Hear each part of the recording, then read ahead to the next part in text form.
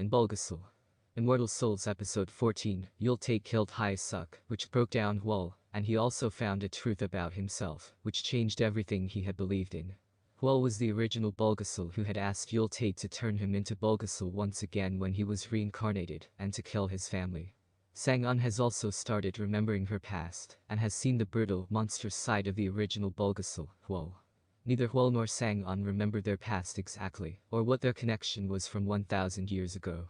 Nevertheless, their plan to trap Eul-Tae in the well still stands, but will they be successful?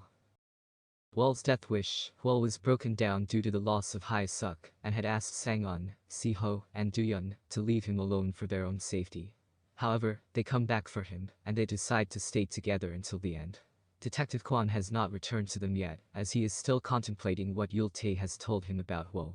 Now, Hwal has only one option left with him, and that is to kill Eul-Tae, which means he has to die as well. Sang-un opposes this and asks Hwal to turn her into a Bulgasal, so that she can die instead of him. She wants Hwal to spend human life with his family, something he couldn't do in the past. In this debate between Hwal and Sang-un, Si-ho and Do-yeon feel left out and make their own plans to show both of them that their opinions matter as well. They just want Sang-un and Hwal to come back alive and live like a normal family.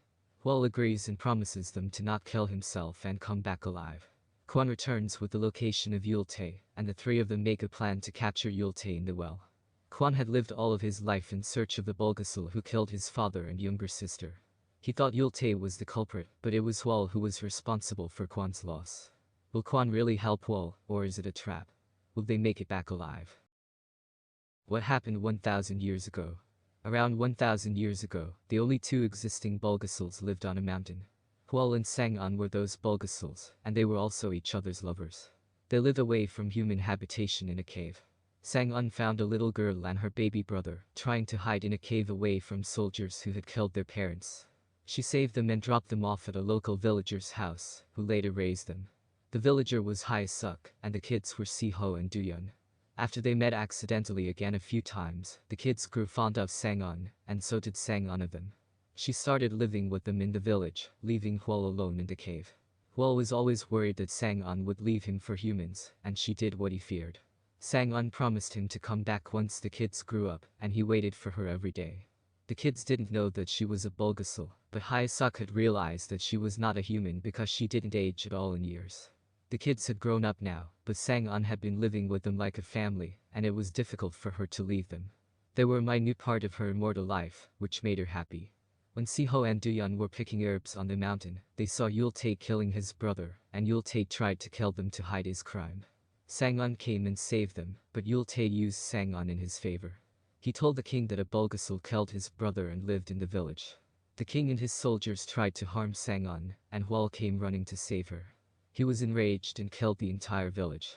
When Kwon, Si-ho, and Do-yeon stabbed Hwal with a sword, Sang-un also stabbed herself. Hwal cursed Kwon, who was king at that time, Si-ho, and Do-yeon, saying they would have miserable lives, as long as a Bulgasal was alive, because they were the reason Sang-un got into that situation. Just when Hwal was about to die, Eul-Tae asked him to make him a Bulgasal. Hwal did so on the condition that he make him Bulgasal again when he reincarnates. If Eul-Tae had not lied, none of this would have happened, and all of them would not be trapped in this vicious cycle of karma. Hwal goes inside to face Eul-Tae first, while Kwon and Sang-un wait outside with a gun and poisonous injections. Hwal plans to tire out Eul-Tae, and Kwon and Sang-un will attack him afterwards to make him weaker. He made the plan knowing very well that Eul-Tae is much stronger than him, and can easily take him down. It was as if he was making a death wish, but Sang-un still had hope that Hwal would survive. As expected, Eul-Tae overpowers Hwal and throws him into the well with injuries that won't heal for many years without human blood. Eul-Tae now only has to kill Sang-un, but Kwon shoots him with the gun. Kwon knew he shouldn't shoot into Eul-Tae's heart, but he still did. He wanted both the Bulgasals to die. He wanted to avenge Hwal, who killed his family, but Sang-un reminded her of how many times Hwal had saved them, and that he wasn't as cruel as he thought he was. Kwon comes back to his senses and lets Eul-Tae attack him, so that Sang-un can run away. He is fatally injured and has realized his mistake of betraying Hwal. He knows if Hwal has to survive, he needs human blood. Hwal hasn't drunk human blood in years, but Kwon urges him to do so this time. Kwon gives his own blood to Hwal, who is lying still in the well. Sang-un runs away as far as she can, but Eul-Tae finds her. However, he senses Hwal coming back with power and runs away to the cave where Hwal lived 1,000 years ago. Sang-un follows them as well and sees Hwal injured again. Eul-Tae attacks Sang-un, but Hwal uses all of his energy left and bites Eul-Tae and stabs him in the heart. He becomes weak and unable to fight back against Hwal. Hwal talks to Sang-un in a final conversation and stabs himself as well. He vanishes into the air while being in Sang-un's arms. Sang-un calls for Si-ho to come and pick her up, but she dies in her arms when she arrives. Hwal and Sang-un both die for each other. A painful series of karmic events ends after 1,000 years. Si-ho and Do-yeon are happy and have a large family, just as they promised. Sang-un. Do-yeon gets married and moves out of Hwal's house, but Si-ho refuses to leave the house until she gets old. She searched for them and waited for Sang-un and Hwal to return every day of her life. 50 years later, Do-yeon finds Sang-un reincarnated and sends her a picture and the address of Hwal's house. She visits the house out of curiosity and meets Hwal, who is there to buy the house. Those who cross the path in one life are destined to cross it again in subsequent lives. Hwal and Sang-un's incomplete love story of 1,000 years might be successful this time, after all the bad karma paid off by them. Bulgasals do not have a soul, but ironically, Hwal and Sang-un were like one soul in two bodies who found each other in every lifetime, like twin flames. Eul-Tae's actions were responsible for ruining all of these people's lives for 1,000 years, but they did pay for it. He lived a more miserable life than all of them. When he was a human, he just wanted to be loved and appreciated, so he became a Bulgasal in order to become strong. If he cannot be loved, he can be feared. Even so, he was never born a villain, and still wanted to be loved but never got any. Hwal, Sang-un, Kwon, and Hyesuk died for someone, and they will be remembered, but Eul-Tae died for no one, and will be remembered by no one. Why does Hwal grow jealous and angry? Hwal worries that she's becoming too attached to the children, believing she'll leave him. Sang-un reassures him though, as the two Bulgasals seem to be in love. Sang-un though stops by with some medicine to help the poor kid, given he has a terrible cough. Sang-un soon decides to live with the humans, which causes Hwal to descend into a jealous rage. Sang-un promises to return when the children have grown, but it's no good. Hwal's rage is unsatiated as we cut forward 10 years. The children have grown, with the girl resembling Si-ho and the boy resembling Do-yeon. The trio head out into the woods, but Eul-Tae happens to be there, and he shoots an arrow into Do-yeon's back. This occurs just after brutally murdering his own son, and in doing so Sang-un shows off her Bulgasal eyes. What happened in the village? Eul-Tae blames his brother's death on Bulgasal, and because of Sang-un showing off her eyes earlier on, she's brought out before the whole village along with her family. Her hand is cut and as it instantly heals, everyone realizes that she's Bulgasal. So naturally, the king stabs her in the heart. Of course, in doing so this pain sees her fall back on Si-ho's words. She promised not to harm any humans, and she stands by that, even if it means being hurt badly in the process.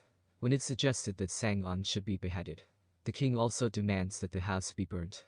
And that's when Hwal roars and shows up. Why does Sang-un turn on Hwal? As Sang-un regains consciousness, she awakens to find Hyesuk dead and her children bleeding out. This pain, despite being Bulgasal, sees her sobbing and crying. Hwal has slaughtered everyone. This was his plan, and the smirk proves as much. He did this because of the humans trying to harm her. When Si-ho, the king and Do-yeon all stab Hwal together, the evil Bulgasal curses them all for as long as he will live. In order to stop this, Sang-un sacrifices herself and stabs her own heart to stop Hwal's wrath. Hwal promises to come back and get his revenge, finding her in the next life and reminding Sang-un that she belongs to him. Wow, talk about a clingy boyfriend. Anyway, this is the point where Eul-Tae shows up, begging Hwal to be like him, so he too can get his revenge. Despite walking away, the king stabs him in the back, quite literally. He promises to ask for forgiveness in the next life, which he does by the well in the present as Detective Kwon, and passes away. Bulgasal Sang-un returned to the cave after, unaware that Hwal died as a human. She was determined to gain revenge for the slaughter of the village, and that explains why she stabbed Hwal during the 600 years ago timeline, and transferred the Bulgasal to him. Is Eul-Tae defeated? We then cut forward to the present. Inside the cave, Eul-Tae confronts Hwal and tries to encourage him to drink his blood and go back to being a monster, urging him to take the curse he's been given. Hwal eventually fights with his other half, stabbing him in the heart, but also drinking his blood too. As Eul-Tae loses consciousness, Sang-un steps out to face Hwal. Her nose starts bleeding as he reverts back into his vengeful Bulgasal form. After looking over at Sang-on, he eventually stabs himself in the heart. It's a heartbreaking moment, but also a necessary evil to put an end to everything. Why does Hwal sacrifice himself? Hwal is unable to forgive himself for what happened, and admits that, as long as he stays alive, the curse will never end. This way Do-yeon and Si-ho will have a fighting chance at a normal life. Unfortunately, Bulgasal can't reincarnate, so this bittersweet goodbye is very reminiscent of the rooftop scene from Goblin, including the same burning cinders as Hwal leaves her side. With Hwal dead, Sang-on breaks the news to Si-ho and Do-yeon. The trio are understandably devastated, and even more so, when they learn about Kwon passing away too. Sang-on is glad that Si-ho and Do-yeon are still alive, though, and asks Si-ho to have a good life, and have lots of babies. As she touches her hand, Si-ho sees everything that's happened, including Hwal's sacrifice to make it to this point. What happens to Si-ho and Do-yeon? Si-ho and Do-yeon return to the house and decide to make good on their promise of waiting for Sang-on and Hwal. They both live in Hwal's house, with the years passing and Si-ho birthing and raising beautiful children. Years pass and Do-yeon and Si-ho are still close. Do-yeon ends up getting married, while Si-ho gets her big family. How does Bulgasal Immortal Souls end? 50 years eventually pass and the newly reincarnated Sang-on receives a picture of Hwal's house. With an address on the back, she shows up and notices a man outside looking exactly like Hwal wanting to buy the place. When Sang-on slips over, Hwal helps her, but he cuts his hand in the process. Both Hwal and Sang-on seem to have a faint sense of deja vu. Have we met before? Hwal asks, as the camera cuts, scanning across to that beautiful family photo, before fading to black. So Bulgasal bows out with a heartwarming ending, one that ties up all the loose ends, explains the 1,000-year timeline, and rounds everything out to a new beginning for pretty much everyone. Reincarnating Hwal and having him run into Sang-on, without even mentioning the proper origin of that photograph, how Hwal returned when Bulgasals aren't supposed to, and how they both ended up there at the same time feels like a bit of a cop-out, and at worst, reminds me of the rug pull akin to Do Soul. After getting emotional about the sacrifice Hwal has made, he's back. Surprise. Sure, it's nice and to have we met before. Tugs at the heartstrings, but it also negates the sacrifice he made. Hwal did this to let go of his resentment and petty anger for all those years. He understands and accepts that in order for Si-ho and Do-yeon to live fulfilled lives, he needs to die. It's the perfect way to understand, empathize and forgive Hwal for his faults, but then he just turns back up anyway. It kinda rubs me up the wrong way that they did that, but hey, maybe that's just me. What did you guys think? Let us know in the comments if you feel, or don't feel, the same way. On the plus side though, there are some wonderful moments in this final episode, including seeing Eul-Tae die, Sang-on breaking down into tears and the emotional farewells. The turning of time, and the changing of seasons, is captured beautifully too, and the ending leaves all the big plot points tied up nicely. Despite some gripes with the way this one ended, the road to this point has been quite the rollercoaster, and there's enough satisfaction to be had to recommend this one as a solid fantasy offering.